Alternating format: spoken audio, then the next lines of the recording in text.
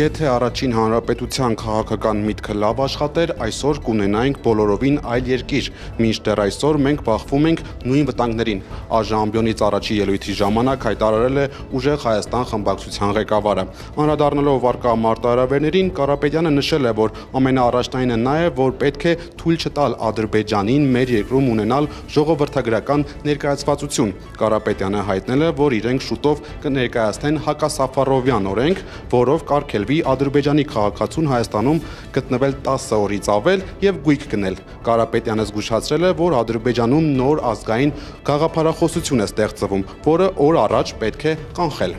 Եկեք ընդունենք օրենք, մենք դա անվանում ենք հակասաֆարովյան օրենք, որով ուղղակի իրավունք չենք տալի ադրբեջանցիներին 10 օրից ավել գտնվել մեր երկրում եւ ունենալ գույք կամ հող այստեղ։ Դրանով մեր հարցերը սպառվում են։ Դուք կարող եք լուծել այդ հարցը։ Մենք առաջարկ կանենք մոտակա ժամանակահատվածում եւ իրար հետ կարող ենք այդ հարցը մեր քաղաքական օրակարգից վերջապես հանել։ Իդեպ Թուրքիայի Հանրապետությունը այդպիսի օրենք ունի նաեւ մեր մասին։ Մեր երկրի քաղաքացիները իրավունք չունեն այնտեղ հող գնելու։ Անդրադառնալով սոցիալ-տնտեսական վիճակին, Կարապետյանը նշել է, որ Ռուսաստանի հետ հարաբերությունների արդյունքում տուժում է գյուղացին, ինչը ևս քաղաքական մտքի լուծմանը սպասող խնդիր է։ Նա վստահեցրել է, որ եթե 6 ամսվա ընթացքում հստակ լուծում չտրվի, ապա մեր գյուղացին ավելի մեծ խնդրի առաջ կկանգնի։ 8 տարվա ընթացքում մեր գյուղացիները 3 անգամ ավելի շատ վարկ ունեն, քան ունեին 8 տարի առաջ։ Բայց գյուղատնտեսությունը նույն մակարդակի վրա է, մինչև անցած տարի անկում էր ապրում։ Ինչ է սա նշանակում, որ գյուղատնտեսական շրջանառության, նույն շրջանառության պայմաններում մեր գյուղացին 3 անգամ ավելի շատ վարկ ունի, եւ եթե փակվում է վաճառքը դեպի մեր համար շատ կարևոր տնտեսական գործընկերների շուկա, այս գյուղացիները սննկանալու են։ Այս արտադրությունների տերերը սննկանալու են, իրենց սեփականությունը տները գնալու են բանկերին։ Սա մի մարդ չի, 1000 մարդ չի, տասնյակ, հազարավոր մարդիկ։ Մենք պետքա լուծենք այս հարցը։ Հայ քաղաքական միտքը 6 ամսվա ընթացքում ունի մարտահրավեր եւ պետք է լուծի այս հարցը։ Այստեղ այդ հարցի լուծումը կարող է տրվել։ Խոսելով Թուրքիայի սահմանի բացման մասին, Կարապետյանը հիշեցրել է, որ այն փակվել է հենց Թուրքիայի պահանջով։ Կարապետյանի պնդմամբ պետք է Թուրքիայի հետ հարաբերությունները կարգավորել առանց ցեղասպանության մոռացման։ Կարապետյանը նաև կարևորել է ապագա սերնդի հետ տարվող աշխատանքը։ Խմբակցության ղեկավարի խոսքով պետք է այնպես անել, որ նոր սերունդը գիտակցի, թե ինչ զողողությունների շնորհիվ ենք հասել այսօրվան։ Մեր խնդիրն է ապահովել, որպեսզի Թուրքիայի հետ սահմանը բացվի, բայց դա չարվի ցեղասպանության ճանաչման հաշվի։ Կարևոր բան է, քանի որ ցեղասպանության գաղափարը միավորում է մեզ եւ Սփյուռքին, քանի որ ցեղասպանության գաղափարը դա ապահովագրություն է մեզ ապագայում, որպեսզի այլևս չկրկնվի։ Վերջում Նարեկ Կարապետյանը հայտնել է, որ Ուժեղ Հայաստան խմբակցությունը դեմ է քվեարկելու Ռուբինյանի թեկնածությանը։ Մեր խմբակցությունը, պարոն Ռուբինյան, դեմ է քվեարկելու ձեզ։ Եվ նաև կուզենայի մեր հարաբերությունները Թուրքիայի հետ զարգանային այնպիսի ռակուրսով, որ մեր խելացի երիտասարդները Ադանան որպես քյաբաբ չճանաչեին, այլ իմանային, որ դա մեր հայրենիքի մի մասն է։ Հայաստանի Հանրապետություն չէ, այլ երկրի հանրապետություն է, բայց իմ հայրենիքի մի մասն է։ Շնորհակալություն։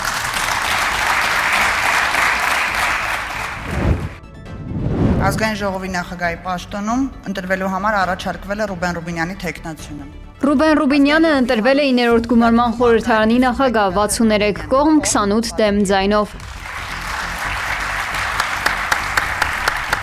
Ավելի վաղ ազգային ժողովին դիմադիր Հայաստան խմբակցությունը հայտարարել էր, որ չի մասնակցի խորհրդարանի նախագահի ընտրության քվեարկությանը, իսկ Ուժեղ Հայաստան դաշինքը հայտարարել էր, որ դեմ է քվեարկելու։ Multigroup ընկերությունների աշխատակիցները խոստացել են փողոց փակել, եթե 30 րոպեի ընթացքում կառավարության անդամներից որևէ մեկը չհանդիպի իրենց։ Ակցիայի մասնակիցները պնդում են, մնացել են առանց աշխատանքի ու չեն հասկանում, շարունակելու են աշխատել, թե ոչ։ Մենք ձեզ տալիս ենք 30 րոպե ժամանակ։ Եթե 30 րոպեվա ընթացքում ինչ որ մեկը չի ճար մեր հետ բանակցելու, մենք փակելու ենք այս փողոցը։ Շուտով կլերանա մեկ ամիսը, ինչ Multigroup ընկերությունների դռները կապարակնքված են։ Աշխատակիցները չգիտեն ինչպես լուծել իրենց կենցաղային հարցերն ու հայտնվել են անելանելի իրավիճակում։ Մինչ օրս ոչ ոք չի անդրադարձել այս խնդրին ու չի հանդիպել նրանց, փորձելու գտնել որևէ տարբերակ, մինչ քննչական կոմիտեն կավարտի նախաքննությունը։ Տանջամահ եք անում, չի ստացվելու ձեր մոտ։ Ոնց որ այն ժամանակ են կանգնել ձեր կողքին, հիմա կկանգնեն ձեր դիմաց, պարոն Փաշինյան։ Որովհետև Գագիկ Ծառուկյանի նման տղամարդու հանդեպ դուք կատարել եք աններելի քայլեր։ Նրան տապալելով երկին դուք նրանով վարկաբեկել եք ձեզ։ Նրան տապալելով բոլոր հայ ազգությունը ձեզ քննադատում է։ Որովհետև չի կարելի նման մարդկանց, ովքեր այդքան բան են արել այս երկրի համար, չի կարելի նման մարդկանց հետ նման ձևով վարվել։ Քանի դեռ Ռուբեն Վարդանյանը գտնվում է Բաքվում, աշխարհահռչակ տնտեսագետ հրապարակախոս Նասիմ Թալեբը չի այցելի Ադրբեջան։ Այս մասին հայտնել է հենց ինքը Թալեբը, հրաժարվելով Ադրբեջանում հանդես գալ դասախոսությամբ։ Ինձ խնդրեցին գնալ Ադրբեջան դասախոսության, ես մերժեցի։ Նրանք զգալիորեն բարձրացրին իրենց առաջարկը, չհասկանալով իմ էթիկան, կարծելով թե դա տարբերություն կստեղծի։ Ես ոտք չեմ դնի Ադրբեջան, քանի դեռ Ռուբեն Վարդանյանն այնտեղ բանտում է, գրել է Թալեբը X-ի իր էջում։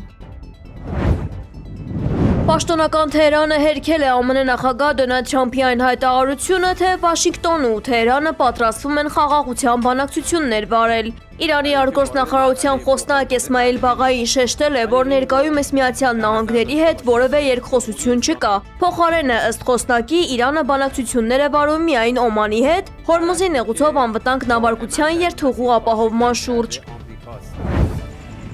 Կուբայի ազգային էլեկտրացանցը խափանվել է, ինչի հետևանքով կղզու շուրջ 10 միլիոն բնակիչ հայտնվել է լիակատար մթության մեջ։ Ըստ Reuters գործակալության սա արդեն 4-րդ համապետական հոսանքազրկումն է վերջին շրջանում։ Միայն հուլիսին գրանցվել էր նման 3 դեպք։ Ճգնաժամային այս իրավիճակի հիմնական պատճառը ԱՄՆ-ի սահմանած նավթային շրջափակումն է, որը ծանր հարված է հասցրել երկրի հնացած էներգետիկ ենթակառուցվածքներին։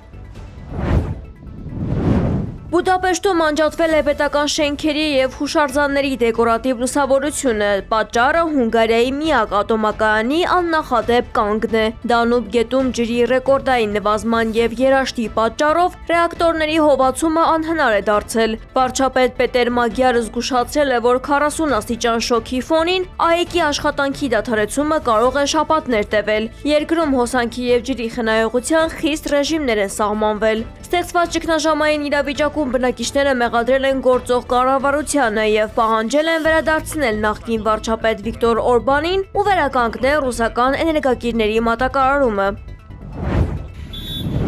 6 տարվա դադարից հետո Հնդկաստանն ու Չինաստանը վերաբացել են պատմական Նաթուլա լեռանցքը, վերսկսելով մի սահմանային առևտուրը։ Այն կասեցվել էր 2020 թվականին COVID-19 համավարակի և Գալվան հովտում հնդկական ու չինական զինված ուժերի միջև տեղի ունեցած ռազմական բախումների պատճառով։ Առևտուրը իրականացվելու է շաբաթական 4 օր։ Վաճառականները իշխանությունից պահանջել են վերանայել և ընդլայնել թույլտված ապրանքների ցանկը, մեծացնել յուրաքանչյուր առևտրականի համար սահմանված օրական շրջանառության սահմանը։